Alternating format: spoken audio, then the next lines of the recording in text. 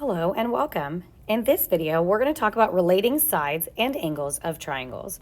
Our objectives are that we can order the angle measures and side lengths of a triangle, saying which one is the smallest and which one is the largest, and that we can use the triangle inequality theorem to determine if three lengths can form a triangle and what kind of triangle that might be. So let's go ahead and jump right in. All right, let's start with some theorems. Our first theorem is called the triangle longer side theorem. And what it basically says is the longer the side, the larger the angle. So formally, what it says is if one side of a triangle is longer than another side, then the angle opposite the longer side is larger than the angle opposite the shorter side. So when it's saying opposite, it means if you're standing on angle B here and you're looking out from it, this is the opposite side of angle B. So the bigger the side length, the bigger the angle. So we can put them in order based on which side length is the biggest. That determines which angle is the biggest. So if we know all three side lengths, we can identify which angle is opposite the largest side length. So bigger sides go with bigger angles. Similarly, the second theorem, which goes with this, the triangle larger angle theorem, says the opposite. It says if we know the angles inside a triangle, if one angle of a triangle is larger than another, then the side opposite the larger angle is longer than the side opposite the smaller angle.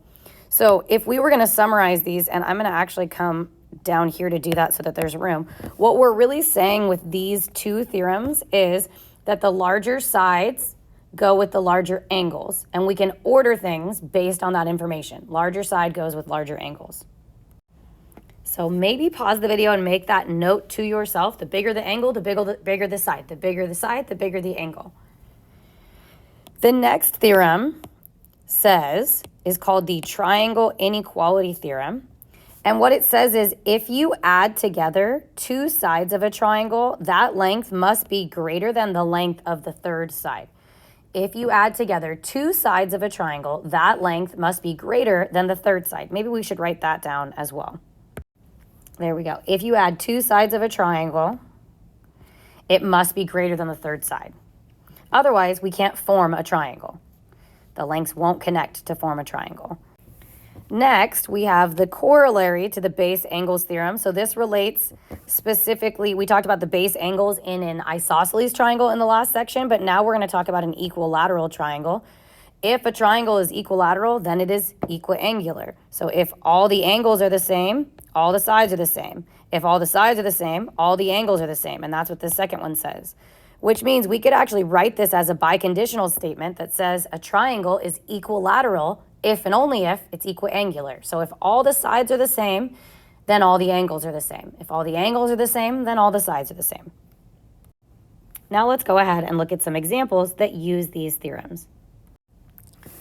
All right, for number one, we're going to list the angles in triangle JKL from smallest to largest. So what we really need to do is we need to think about the side lengths, which is the smallest side length. So we have 24, 26, and 32. So 24 is the smallest side length. 24 is opposite angle L. So angle L is the smallest. The next smallest side length is 26 because 26 is smaller than 32. 26 is opposite angle J, so angle J would be the next smallest. And then the largest would be our last one that's left over. The largest would be 32, and 32 is opposite angle K. So the order from smallest to largest is angle L, angle J, and then angle K. If we look at number two, we're going to order the side lengths from shortest to smallest. And in order to do that, we probably need to use that triangle sum theorem to find the missing angle. So let's go ahead and figure out what angle F is. The measure of angle F is going to be 180 minus 51 minus 47, right? Because the measure of angle F plus the measure of angle E plus the measure of angle D is going to be 180. So the measure of angle F is going to be 82 degrees if I subtract if I do this subtraction here. I get that this is 82 degrees. Now that we know all three angles, we can talk about smallest and largest. So of these angles, the smallest angle is the 47-degree angle. The 47-degree angle is opposite the side DF. So DF is the shortest length of the triangle. The next smallest angle is the 51-degree angle, and that angle is opposite side EF, which means by process of elimination, our last angle, 82, is the biggest, and that is opposite the side length DE. And there we have arranged from smallest or from shortest to largest. Let's go ahead and look at some more examples.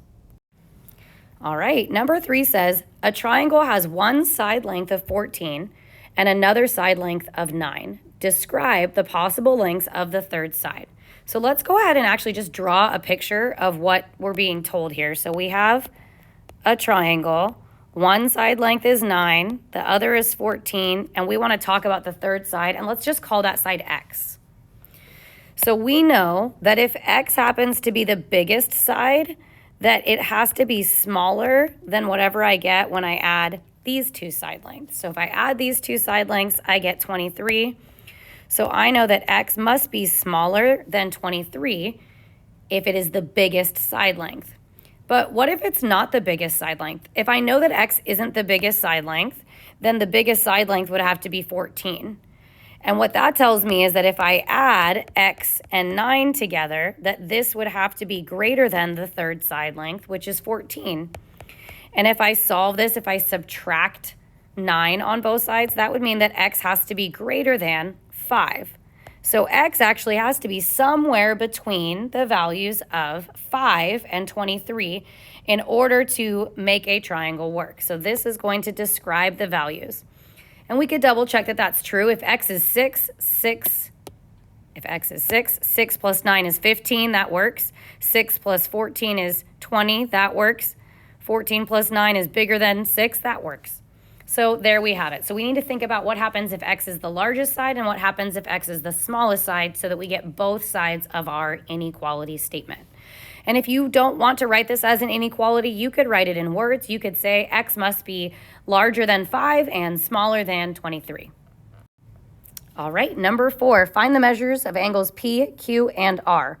So the first thing I notice is that this is an equilateral triangle, which also means that it's equiangular. So let's just call one of those angles Y, which actually means that they are all Y. So 3 Y's is going to give me the sum of all the angles in a triangle, which is 180. And if I solve this by dividing both sides by 3, I'm going to get that Y must equal 60. So the measure of angle P must equal the measure of angle Q must equal the measure of angle R, since this is an equilateral and equiangular triangle. And all of those angles are equal to the same measure of 60 degrees. Let's go ahead and look at some more examples. All right, for number 5, it says, decide whether it is possible to construct a triangle with the given side lengths. So we're using that triangle inequality theorem again. So let's take two sides and add them together. 4 plus 9 is 13. We have to confirm that that's greater than the third side, which it is. So I'm going to put a check mark. Let's take two different sides. So let's say 4 and 10. That is equal to 14, and that is greater than 9. So we are okay there. And then the two sides we haven't used are 9 and 10, which is going to equal 19. And the third side is 4, and that's definitely greater. So yes, it is possible to construct a triangle in this situation because the sum of two sides is greater than the third side. I'm going to have you go ahead and pause the video and work on B and C on your own. Set up those 3 statements, show that they are either greater than the third or smaller, which would mean no, we can't form a triangle. If you can show that it doesn't work once, then it's not going to work at all and you don't have to show all 3 statements. So go ahead and pause the video, try this on your own, and then unpause the video to see how you did. All right, hopefully you had enough time to try that. If I start with 8 and 9, 8 plus 9 is 17. 17 is not greater than 18. So we actually cannot form a triangle here. So no, these 3 side lengths cannot form a triangle. It is possible that the other sides work, and I believe they do. I believe 8 plus 18 is 26, and that's bigger than 9, and 9 plus 18 is 27, and that's bigger. But the fact that 17 is not greater than 18 means we cannot form a triangle with these three side lengths. Let's look at C. 5 plus 7 is 12. Oh, that's not going to work either. 12 is not greater than 12, so no, we cannot form a triangle here. Let's look at one last example where we're going to put a couple pieces together, sort of like a puzzle, and see if we can work through it. All right, here we go. This is our big puzzle. We're going to find the values of x and y, and it's sort of like a puzzle, and the thing that I like about this is there's not necessarily one right place to start. That's also the thing that drives some people crazy. So let's pick a place to start. Let's start by just looking at this triangle over here. This pink triangle has 3 equal angles, which means it also has 3 congruent sides. Which means if this is 4, y must also be 4. And I'm just going to write equilateral triangle. That's how we know that y must be equal to 4. That also means this side over here is equal to 4. Now, let's look at the other triangle. This triangle here has base angles that are congruent, which means it's isosceles. So that means this side is the same as this side. So I can say 4 is equal to x plus 1, and that's true since we have an isosceles triangle, which means that x is going to equal 3, and we have found both of those sides. Let's go ahead and wrap this up. All right, 6.2 was about relating sides and angles of triangles. We talked about some key theorems involving the length of each side and how that relates to the measure of each angle. We talked about how the length of each side, if we add 2 sides, it has to be greater than the third in order for us to be able to form a triangle. And then we talked about special properties of equilateral and equiangular triangles. So go ahead and write down any questions you have, and I look forward to supporting you on this. Thanks for listening.